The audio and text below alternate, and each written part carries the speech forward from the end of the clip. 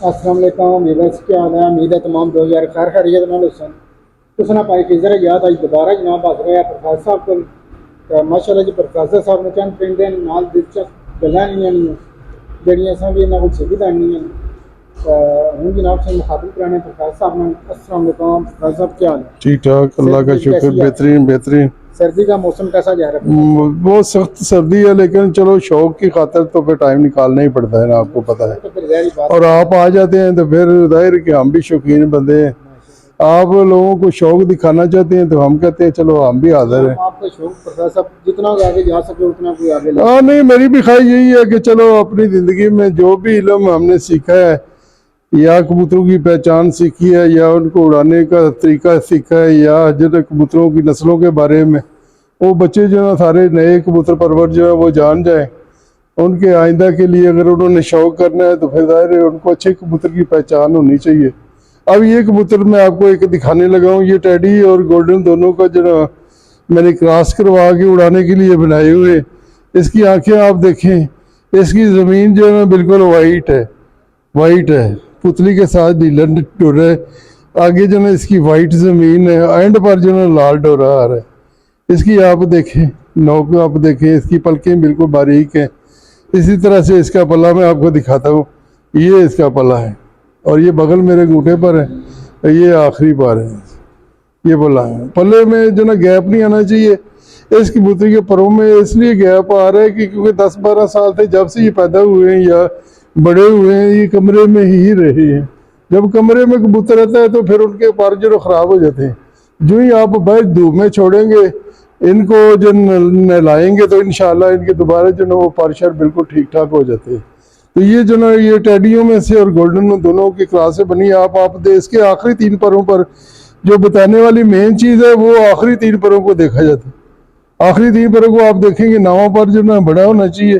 جب بھی آپ بریڈنگ میں کبوتر لگائیں اس کا نواں پر جو بڑا ہو، 8واں 10واں جو وہ برابر ہو، تبھی 8واں تھوڑا سا چھوٹا ہو تو کوئی فرق نہیں پڑتا۔ البتہ یہ ہے کہ یہ جو بھی آپ بریڈنگ میں لگائیں گے اس کی یہ جو آخری بغلیں ہیں نا، یہ آپ دیکھ رہے ہیں دم کے ساتھ لگ رہی ہیں، اتنی بڑی ہیں کہ یہ دم کے ساتھ جا کے لگ رہی۔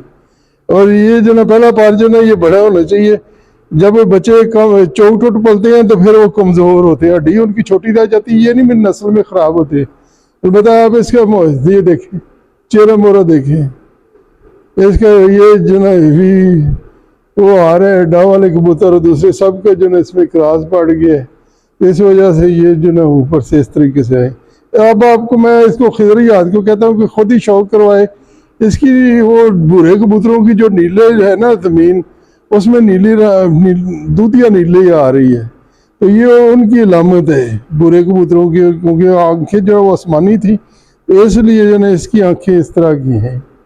یہ میرا خیال ہے آپ اس کو زوم کر کے دکھائیں گے زیادہ بہتر، ذرات وغیرہ نظر آئیں گے، اس کے ڈورے جو وہ نظر آئیں گے پلکیشن کے خاص طور پہ۔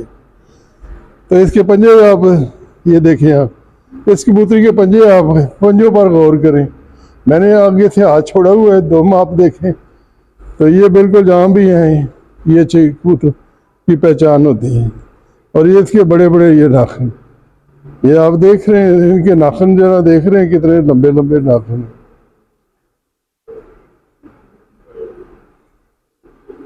چلیں خضر یہ سب دکھائیں، آپ شوق کروائیں۔ ویسے